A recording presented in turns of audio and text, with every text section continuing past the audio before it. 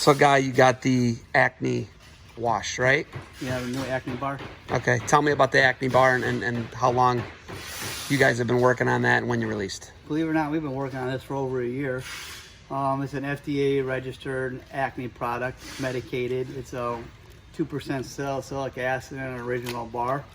So it's actually an acne bar with the defense, the same defense bar, but just with the acne added to it. This is the beginning of our reach outside of the wrestling community. We always have been dabbling a little bit there, but this is our first really big push into another market that we're gonna jump in pretty heavy.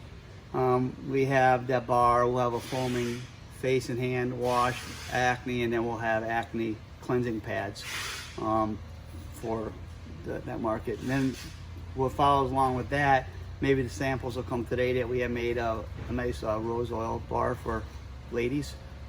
So we're, You're jumping over. You're crossing over a little bit. Yeah, we're crossing over. I like that because my wife is always, when are they going to start making stuff that's more female based? That's a big request is when are you going to make more female stuff? And we kind of figure our soaps for everybody anyways. But you can't ignore what your customers say over and over again. So we have this rose water, rose oil, whatever. I think they're the same thing. They just call them different things. But that'll be here today, hopefully. And we'll take a look at that. Maybe you get to see it first. As well as our shampoo bar. We've been improving that shampoo bar. I use that. You gave me an experimental one like last year. I'm still using it. Yep. Well, we have this. This will make total sense to us, not to everybody else. We have a Ringworm Shampoo Bar. So it's registered with the FDA. How kids get ringworm in their hair and it doesn't go away. This will take care of the ringworm in the hair. So we made this bar specifically for wrestling. It will have use in the dandruff market and everything, but it's a wrestling bar to keep ringworm out of the kids' hair. Okay, the Acne Bar, when we look at it, you're doing a thing where you kind of you color code the bars, right? Yeah. You're starting to, why do you color code the bars? So you could tell what they are. I mean, you don't want to grab a medicated bar thinking it's your original bar. We don't, and these are all natural colors in here too. We don't put dyes in them. We use natural colors. But if we don't change the color of our medicated bar, not that it's going to hurt anybody, but you really don't need to use a medicated bar if you don't have an infection. So why use it? Our original bar is what you would want to use. So the medicated bars have tints to them.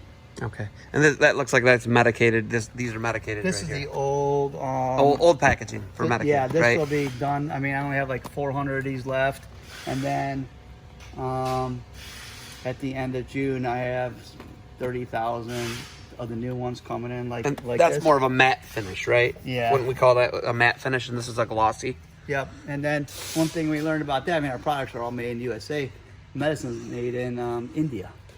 The tonaftate comes from India, so we had to wait until India reopened to get our medicine. So you learn all that. You don't know any of this stuff until you get hit with these, worldwide shortages. Supply chains is actually it's an actual major. I believe you can get at a lot of schools, like supply chain management. I think that's Mason Beckman has supply chain management. It's interesting because it's one of those terms that you don't pay attention to until you get hit with it, and then you're like, yeah, damn, I didn't do too good a job with this. You learn. You learn really fast. But again, luckily our products are made here, so we don't have to worry about any of that overseas stuff other people are dealing with. So our products are made here, but that doesn't say an ingredient doesn't come from someplace else.